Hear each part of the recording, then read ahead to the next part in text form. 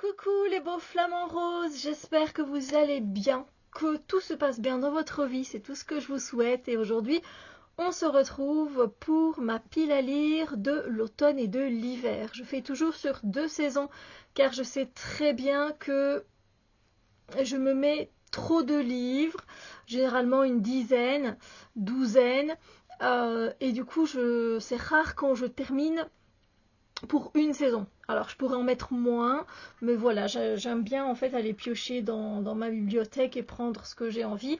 C'est une pile à lire qui est vraiment très flexible. C'est-à-dire que ici j'ai déjà rajouté un manga que j'ai lu entre-temps qu'on m'a prêté. Je ne l'ai pas ici, je ne peux pas vous le montrer. Mais voilà, donc et là je suis en train de lire le premier livre de ma pile à lire de l'automne et de l'hiver et je vais vous montrer un peu ce que j'ai mis. Donc ce que je suis en train de lire pour le moment c'est Magic Charlie, l'apprenti d'Audrey Alouette aux éditions Gallimard Jeunesse. J'en suis au tout début, comme vous pouvez le constater, j'ai lu 68 pages donc c'est peu. Pour l'instant c'est sympa. Voilà, je vous montre le marque-page que j'ai mis avec. J'adore, propriété privée. Ah, enfin, je crois que c'est le seul que j'ai avec des dinosaures. Donc voilà, ici en fait on va se retrouver avec Charlie qui découvre que sa grand-mère pourrait être un membre éminent d'une société de magiciers. Voilà. Et en fait, elle court un grave danger et elle a perdu la mémoire. Donc elle ne reconnaît pas Charlie et Charlie ne sait pas non plus lui en fait au tout début. Après si dans les 60 pages il apprend qu'il est un magicien, donc je ne vous spoile rien, c'est vraiment dans le tout début de l'histoire. Il apprend qu'il est magicien et que sa grand-mère l'est aussi. Sauf qu'elle a perdu la mémoire et qu'elle a disparu pendant 5 ans, je pense, et que là, ils viennent de la retrouver et qu'elle ne parle quasiment pas, même pas du tout en fait. Donc c'est pas évident pour Charlie et apparemment s'il veut la sauver et puis se sauver lui-même, il n'a pas d'autre choix que de devenir apprenti magicien. Donc là il vient de s'inscrire à l'académie de la magie là et puis voilà on va voir un petit peu ce qui va se passer. Je sais que le tome 2 est déjà sorti depuis un petit temps maintenant aussi. Est-ce que c'est une trilogie? Je ne sais pas. C'est écrit très grand, c'est un livre jeunesse et on est sur du 410 pages, voilà, mais écrit très grand, c'est une très belle couverture, j'espère que je vais apprécier parce que j'ai déjà fait une lecture d'Audrey Alouette et je n'avais pas apprécié du tout, c'était pas dans le même univers, mais voilà, c'était les poisons de Catharse, je me souviens. Ensuite, qu'est-ce que j'ai mis? J'ai mis Sous un ciel d'or de Laura Wood aux éditions PKJ. Ici, c'est aussi écrit assez grand, hein, évidemment, et c'est un livre qui nous fait 380 pages à peu près. Et on passe dans une ambiance totalement différente. On va se retrouver en 1929. On est plutôt ici dans du contemporain, on n'est pas dans du fantastique. Et on se retrouve avec Lou qui a 17 ans, qui vit dans une ferme des Cornouailles. Et elle est fascinée en fait par la demeure des Cardew, qui est vide depuis des années. Elle aime bien écrire et donc elle passe des après-midi seule en cachette à lire, à se rêver membre de la prestigieuse famille qu'elle épie dans les revues mondaines. Et un jour en été, les propriétaires investissent les lieux et du coup, notre Lou, elle est propulsée directement dans le monde luxueux et pétillant de l'aristocratie anglaise. Et elle se rapproche en fait d'un frère et d'une sœur qui vivent dans cette aristocratie. Hein. Et puis il y a un amour inattendu qui s'éveille en elle. Elle découvre le champagne, le jazz et le charleston. Donc voilà, j'aime beaucoup moi ces époques-là, un peu comme Gatsby le Magnifique. C'est un livre que j'aime beaucoup lire et relire, même si c'est assez tragique finalement. Voilà, je verrai bien avec celui-là. C'est un one-shot, donc voilà. Ensuite, il fallait que je glisse absolument un Disney, que je continue mes lectures sur les méchants. Donc ici on se retrouve avec Maîtresse de tous les maux de Serena Valentino, toujours aux éditions Hachette Heroes, toujours, et c'est dans la catégorie Disney. Et donc on se concentre sur les méchants. Ben voilà, donc j'avais pas encore fait Maléfique et donc j'ai hâte. Donc voilà. Évidemment, c'est avec La Belle au bois dormant, hein, donc mais évidemment, qu'en est-il de la fée noire maléfique? Pourquoi maudit-elle cette princesse innocente? Bien des récits ont tenté d'expliquer ses motivations. Voici l'une de ces histoires, un conte ancestral où l'amour et la trahison côtoient la magie et les rêves. Donc j'ai hâte, et j'ai l'impression qu'il est un peu plus épais que les autres. Bon, après, ça reste toujours très accessible au niveau de la lecture, vu que c'est du jeunesse. Mais moi, je les adore tous et je vais les garder parce qu'ils sont trop bien. Après, j'ai été déçue avec... Pauvre âme en perdition, c'est vrai. J'ai été déçue avec Ursula, donc j'espère que celui-là va enfin un peu relever la note. Voilà. Alors, ensuite, on passe dans la magie de Disney. On va repasser quelque chose de plus contemporain avec Le Macaron meurtrier, les enquêtes de Julie, d'Anna T. Drew aux éditions HarperCollins Poche. C'est un petit poche que j'avais envie de me glisser. J'avais acheté pas mal de Cozy Mystery. Et j'avais envie d'en lire un. Voilà, donc ici on se retrouve avec Julie qui a tout quitté pour revenir à Belledoc, son village natal au cœur de la Provence. Donc c'est sympa qu'on se retrouve déjà en Provence. Sa pâtisserie a ouvert il y a peu. Mais malheureusement, en fait, il y a un des participants à l'atelier macaron qui s'écroule raide mort sur le plancher du labo. Et la gendarmerie conclut rapidement à un banal infarctus, le mal est fait, et la réputation de Julie, évidemment, elle est ruinée. Du coup, pour une raison qui lui appartient, la jeune femme est convaincue que Maurice Sauve, le jeune homme en question, a été empoisonné bien avant de mettre les pieds dans sa boutique, et puisqu'elle n'a rien à perdre, elle décide de mener l'enquête. Voilà. Donc, on verra ce que ça donne. J'espère que c'est mieux que celui que j'ai lu, et puis que j'ai été déçue, c'était... Meurtre et pépites de chocolat, les enquêtes d'Anna quelque chose, d'Anna Swenson, si je ne dis pas de bêtises. J'ai pas continué, j'étais pas dans l'ambiance et voilà, j'ai eu du mal à me mettre dedans même si je l'ai terminé. Donc j'espère que celui-ci, il va me vendre plus de rêves. Voilà, donc ensuite, c'est pas fini évidemment. On continue avec une relique de ma palle que beaucoup de chaînes ont déjà lu, de chaînes Booktube si vous suivez. On va se retrouver avec un dragon. Ça fait tellement longtemps que j'ai pas lu d'histoire de dragon. Ici, c'est Silver Battle, le dragon d'eau, aux éditions Lumen, et c'est de K.D. Albrook. Voilà, c'est un livre young adulte, je pense. Hein. Voilà, c'est écrit très très grand, très très grand. Et j'ai hâte. J'ai hâte de le lire parce que j'avais envie de quelque chose d'un peu plus... je sais pas, avec un dragon. Et voilà, c'est vrai que je ne sais pas si j'en ai pas énormément, je pense, dans... Enfin si, je dois en avoir quelques-uns, mais voilà, il me tente bien. Je crois que c'est une duologie ou une trilogie. Le 2 est sorti déjà depuis très longtemps. Alors, qu'est-ce qui se passe ici? Le récit, il avait l'air juste génial hein, quand je l'avais acheté. Je suis contente d'enfin de le sortir de ma bibliothèque. Alors, Silver Battle habite une ville fascinante au milieu du désert.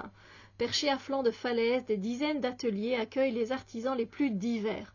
Potiers et joailliers, ébénistes et souffleurs de verre. À 13 ans, elle est censée travailler dur pour succéder à son père, l'un des bijoutiers les plus renommés de la région. Seul problème, son cœur n'appartient pas au désert mais aux flots de l'océan. Elle rêve de participer aux courses de dragons d'eau qui, chaque année, font vibrer le pays tout entier. Et donc voilà, on va se retrouver avec une aventure où elle va être menée finalement à participer, hein, évidemment, à cette course de dragon d'eau. Donc voilà, j'ai hâte de m'y plonger vraiment, ça m'a l'air de... j'espère que je vais être en immersion vraiment dans ce livre, immersion totale. Du coup, après, on va repartir un peu sur du contemporain, mais qui reste dans un domaine que j'aime beaucoup. C'est un livre que j'avais acheté en seconde main, mais il est là aussi depuis très longtemps dans ma bibliothèque. J'ai essayé de sortir quelques livres qui étaient... Bon, il y en a un ou deux nouveaux, et puis le reste aussi un peu plus vieux. C'est Le Marchand de livres maudits de Marcello Simoni. Je sais pas, ça fait des années que je l'ai. Et c'est aux éditions Michel Lafon. Bon, alors déjà, moi, quand je vois marchand de livres maudits, vous vous doutez bien que ça avait fait tilt déjà à cette époque. C'est écrit très grand vu qu'on est sur un grand livre qui fait presque 400 pages. Pas 400 pages, 410 pages, voilà. Alors ici, en fait, on va se retrouver en Italie en l'an de grâce 1205. On change des dragons d'eau, n'est-ce pas? Par une nuit glacée, de mystérieux cavaliers noirs se lancent à la poursuite du père Vivien de Narbonne, dépositaire d'un manuscrit inestimable. Au cours de sa fuite éperdue, le religieux tombe dans un ravin. 13 années plus tard, le marchand de reliques Ignace de Tolède est chargé par un riche commanditaire de retrouver Luther Ventorum. Ce précieux grimoire renfermerait un secret, transmis par les anges à l'époque du roi Salomon, et capable de renverser l'ordre du monde. Aidé du jeune Uberto et du farouche Wilhelme, Ignace devra faire preuve de toute son habileté et de son expérience des messages cryptés pour reconstituer le manuscrit dispersé entre le Languedoc, l'Italie et la Castille. Moi, ça me donne envie, ça me donnait déjà envie à l'époque, et voilà, tout ce qui est manuscrit. D'ailleurs, si vous suivez mes points lecture, vous savez que j'ai lu le livre du roi il n'y a pas longtemps, et qu'on partait en Islande, à Copenhague, au Danemark, avec justement là un héritage du coup islandais. Qui était très intéressant, qui avait un côté un petit peu Indiana Jones, donc moi j'aimais assez bien. Donc voilà, j'espère que celui-ci aussi, ben, il sera sympa. J'en attends pas non plus des folies, mais voilà, ça c'est la première partie. C'est voilà, on continue avec l'autre moitié. Vous êtes prêts? Alors, j'ai mis un livre qui se trouve aussi depuis longtemps quand même dans ma pile à lire, c'est Larmes dans ma bibliothèque de Lorraine Kate aux éditions Bayard Jeunesse. Alors, c'est un livre qui est... là, il est écrit très très grand, c'est un grand livre aussi, vous allez me dire. Je ne sais pas si c'est une trilogie, je ne sais pas combien sont sortis de ces... Aucune idée. Mais ici on est sur du 511 pages, donc c'est quand même un beau bébé. Hein, à partir de 500 pages, moi je considère que c'est un livre quand même pas mal. Il faut voir si l'écriture est fluide ou pas. Et du coup ici on va se retrouver, alors avec pas grand chose, un amour interdit, un secret englouti. Ok. Mais vous avez ici la... Oui bien sûr. La quatrième de couverture qui se retrouve en première de couverture. Alors, ne pleure jamais, jamais plus. À 9 ans, Eureka a promis à sa mère de ne plus jamais pleurer. Aujourd'hui, Eureka a 17 ans et n'a pas versé une seule larme depuis ce jour. Même aux funérailles de sa mère, morte dans un étrange accident. Quelques mois plus tard, la jeune fille rencontre Ender, un mystérieux jeune homme aux yeux turquoises. Il lui apprend qu'elle est en danger. Eureka se sent perdue. Peut-elle faire confiance à ce garçon qui semble tout connaître d'elle alors qu'elle ignore tout de lui? Grâce au livre écrit dans une langue inconnue que sa mère lui a laissé, Eureka va comprendre qu'elle est l'héritière d'un extraordinaire et terrifiant pouvoir. Et là, c'est avec les larmes, donc ne pas pleurer. Pourquoi elle ne doit pas pleurer? Et puis on voit sa robe qui est faite de larmes hein, finalement et d'eau. Voilà, c'est vrai qu'il m'intrigue. Je ne sais pas en quelle année il est sorti. Je n'oserais point le dire, mais j'ai quand même envie de regarder. J'aime beaucoup la couleur de ce papier. Je ne sais pas si ça va ressortir à l'écran, non. C'est un beau prune en fait, très joli. Et c'est un livre que j'avais en seconde main au cas où, et il est nickel. Voilà, je l'ai payé, vous le voyez, 6 €.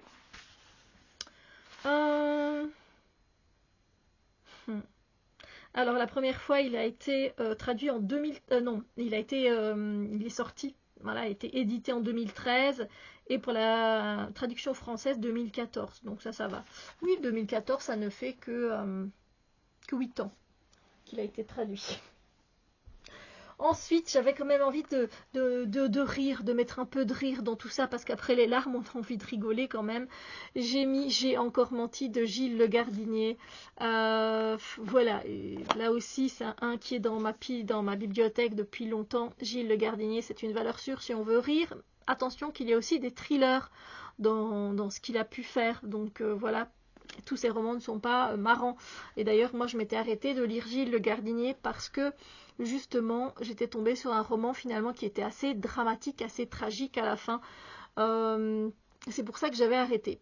Puis j'ai repris grâce à une lecture commune. C'est une lecture commune? Oui, avec un ami. Et je ne sais plus c'était quel livre qu'on a lu. Oh, je ne sais plus. Je ne sais plus, je l'ai rangé quelque part. Ici, Laura se pose beaucoup de questions. Comment réussir sa vie? Est-il possible de manger tout ce que l'on aime sans prendre 10 kilos? Comment trouver l'amour? Trop de doutes pour être heureuse, trop d'envie pour se contenter du banal, jusqu'au jour où un accident va complètement effacer sa mémoire. La voilà à nouveau débutante face à la vie, obligée de tout redécouvrir. Les bonbons, les soutiens-gorge, les garçons, l'électricité et les lois qui gouvernent l'univers. Libérée des a priori, portée par un cœur affamé et un cerveau qui se cherche, Laura entame une aventure unique et hilarante. En ne sachant plus rien, elle a peut-être enfin une chance de devenir elle-même. Alors, tout ce qui est... quand on a la mémoire qui s'efface, c'est pas c'est pas des histoires qui m'attirent. Bon, j'ai vu le mot hilarant, tout que j'espère que ça va m'aider. Mais voilà, c'est du Gilles Le Gardinier, on verra ce que ça donne. On est sur du 444 pages. Et j'aime toujours parce que Gilles Le Gardinier, à la fin, il met toujours... il nous adresse un mot à nous, en fait. Mais qui est tellement bien écrit, tellement bien fait que tu ne lui veux que de... que tu as envie de lui donner toute ta reconnaissance, en fait, en tant que lecteur. Bref, j'espère qu'il sera à la hauteur et que ça me fera bien rire. J'ai le premier miracle encore à lire de Gilles Le Gardinier. Qu'est-ce que j'avais pris encore? Je ne sais plus. Je ne sais plus, ils sont un peu disséminés. Ils sont pas tous mis... sont pas tous mis au même endroit, mais je pense que j'en ai encore un qui se trimballe quelque part. Bref, voilà. Il faut un petit peu rire, surtout si on a eu des larmes avant, pardon. Du coup, on continue. Et après, j'ai mis un livre qui me tentait déjà il y a très longtemps, c'est Witch Hunter, et je pense que ça se prête très bien à la saison. C'est de Virginia Boecker, aux éditions PKJ, pour survivre une chasseuse de sorciers. Pour survivre, une chasseuse de sorciers doit s'allier à ses proies. Je vais y arriver. Alors celui-là, je l'avais eu en seconde main aussi. Il est arrivé un peu abîmé. Je ne sais pas si vous allez le voir, ça se voit pas très fort, mais c'est plutôt ici. C'est un livre qui nous fait... J'aime bien dire le nombre de pages parce que des fois ça peut donner envie ou pas. 382 pages, après c'est écrit très aéré, très grand, voilà, c'est un grand format donc généralement. Voilà. De quoi ça parle? Il y a un deuxième tome qui est sorti, si pas un troisième peut-être. Elizabeth Grey, 16 ans, est une redoutable chasseuse de sorciers. Mais un jour, elle-même est arrêtée pour sorcellerie. En prison, elle reçoit la visite de Nicolas Péréville, qu'elle traque depuis toujours. Il lui propose un étrange marché. Si elle parvient à déjouer la malédiction qui pèse sur lui, elle sera libérée. Au fil de ces macabres découvertes, tout ce qu'Elisabeth tenait pour évident est remis en question. Le bien et le mal, les amis et les ennemis, l'amour et la haine, la vie et la mort. Le côté un peu sorcier, il fallait que j'en mette un quand même. Hein. Parce que c'est vrai que dans tout ce que j'ai mis, j'ai pas vraiment mis de la sorcellerie. Et c'est quand même une période qui se prête, octobre, novembre, se prête à ça.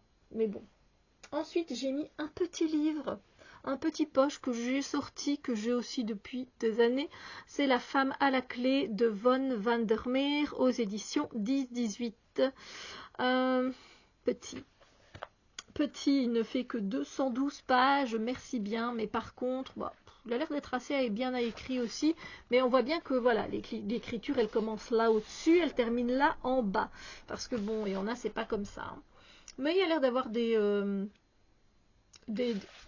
conversations. Donc ça c'est sympa aussi parce que quand c'est que de la contemplation, des fois j'ai un peu de mal. Du coup, femme 59 ans, d'apparence maternelle, hanches larges, voix agréable, vient vous border et vous faire la lecture avant que vous vous endormiez. Discrétion assurée, intention sexuelle totalement exclue. Voilà l'annonce que rédige Nettie avec humour et détermination lorsque la recherche d'un travail devient inévitable. Je ne sais pas très bien parler dans cette vidéo. Sans expérience professionnelle à faire valoir, elle choisit de vivre de sa passion en devenant lectrice à domicile. Ce projet inattendu, aux retombées surprenantes, lui redonne goût à la vie.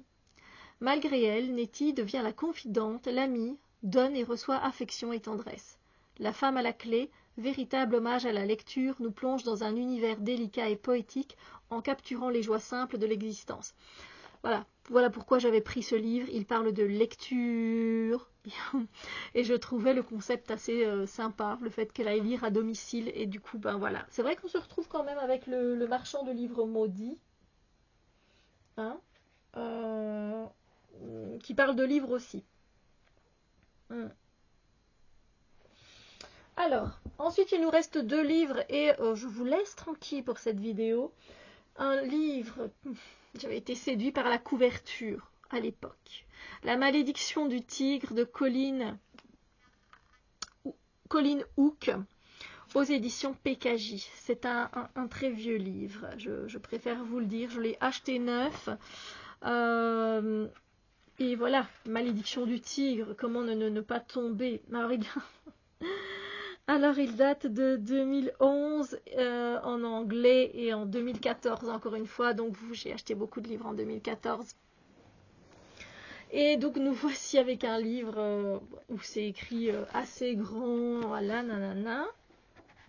C'est un livre qui nous fait 410 pages. 410 pages plus ou moins. Qu'est-ce que ça raconte, la malédiction du tigre? Vous savez bien que le tigre est mon animal préféré.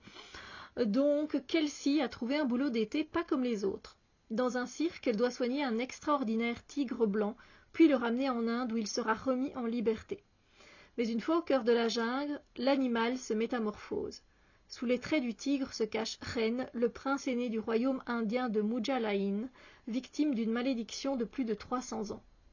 Kelsey est la seule à pouvoir le sauver, mais ses sentiments pour Ren ne vont pas lui faciliter la tâche. J'espère que ce sera pas trop. Je sais que c'est un young adulte qui aura des sentiments, mais j'espère que je vais pas quand même trop lever les yeux au ciel parce que ce côté Inde, tout ça, la malédiction, ça me semble tellement bien fait, tellement super. J'espère qu'il y a encore la suite qu'on peut trouver, même en seconde main, parce que si c'est bien, je continuerai évidemment. Et j'ai mis en dernier. Comme ici on allait être dans du fantastique, je suis repassée à du contemporain. J'ai mis un petit poche que j'ai acheté cet été. Je vous l'ai présenté. C'est la petite herboristerie de Montmartre de Donatella Rizzati. J'adore la couverture, je la trouve super sympa. Et ici on est sur du 510 pages. Petit bébé, hein. Qu'est-ce que ça raconte? À 2 pas de la rue Le Pic à Montmartre, Viola Consalvi passe pour la première fois la porte d'une herboristerie. Pour cette passionnée de naturopathie, la découverte de ce lieu hors du temps est un véritable coup de foudre. Au contact de cet endroit magique et de sa propriétaire, Gisèle, la jeune étudiante est confortée dans son choix d'étudier la médecine alternative. Son diplôme en poche, Viola retourne à Rome et rencontre Michel, avec qui elle va vivre 6 années de bonheur, d'amour et de lumière. Mais lorsque le destin lui vole brutalement son mari, son monde s'écroule. Au plus fort de la tourmente, une idée lui traverse soudain l'esprit. Et si elle retournait à Paris, là où tout a commencé? On se doute bien que, évidemment, on va être dans des moments émouvants, hein, qu'il y aura un deuil, mais en même temps qui peut être sympa à lire aussi, avec les plantes, donc je ne sais pas. J'espère que ça me plaira. Voilà donc pour ma pile à lire de l'automne et de l'hiver, hein, parce que je sais qu'on sera sûrement au mois de décembre quand je serai encore dans un de ces livres. Ou alors il faudrait vraiment que j'ai plein de temps, rien que pour lire. Sur ce, dites-moi peut-être ce qui vous inspire le plus dans tous ces livres. Vous avez vu, j'ai mis vraiment de tout, hein. On a des dragons, on a des chasseurs de sorciers, on a une malédiction de tigre, un truc à l'indienne, on a avec les larmes, une jeune fille qui ne doit pas pleurer, on a quelque chose de comique avec Gilles le Gardinier. On se retrouve en Provence avec le macaron meurtrier, un petit cosy mystery. On se retrouve à Montmartre avec la petite herboristerie.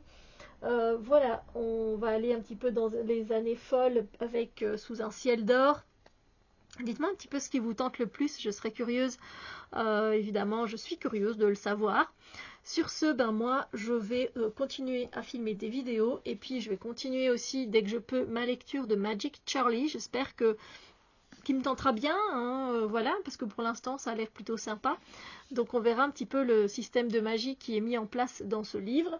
Et sur ce, ben moi, je vous fais plein de bisous lumineux et je vous dis à très bientôt pour d'autres vidéos.